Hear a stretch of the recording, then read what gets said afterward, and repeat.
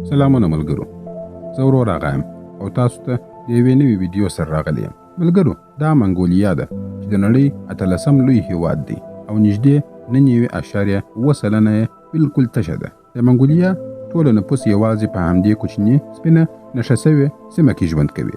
همدا وجه ده چې منګولیا ښایي د نړۍ تر ټولو تش هیواد بلل کېږي. خو تر ټولو په زړه پورې خبره دا ده چې منګولیا تل دومره تشه نه وه. په 18مه پیړۍ کې د منګولیا نفوس شاوخوا 10 لکه و، خو بیا داسې څه پېښ شول چې د سترګو په رپ کې 8 لکه خلک، یعنی د منګولیا 80 سلنه نفوس له منځه ولاړی. د منګولیا د دې عجبه نفوسي جوړښت تر شا د دې هیواد جغرافیه او د تاریخ دوې لویې پیښې ډېر مهم رول لري. حقیقت دا دی چې په نننۍ ویډیو کې به موږ د منګولیا په څېر یو تاریخي او ښکلي هیواد کیسه واورو چې ښایي ډېر لږ خلک به په دې باندې خبر وي.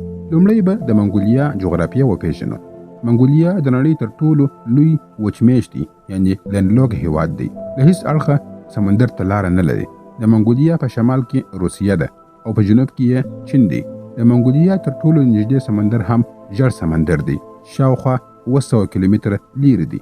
همدا وجه ده چې د هند او آرام سمندر څخه راتلونکي مانسوني بادونه ډېر لږ دلته را رسېږي. له همدې امله د منګولیا په ټوله جنوبي برخه کې صحرا پرته ده. دا صحرا د اسیا تر ټولو لویه او د نړۍ 5مه لویه صحرا ده. دا صحرا په خپله یو لوی راز دی. دلته سخت موسمونه وي. په ژمي کې د یخنۍ درجه -28 ته رسېږي او په دوبي کې ګرمي 42 درجو ته پورته رسېږي. همدا صحرا د منګول سترواکي ستراتیژیک مرکز هم و. د چنګیز خان ټول پوځي بریدونه له همدې ځای څخه د نړۍ نورو سیمو ته روانېدله.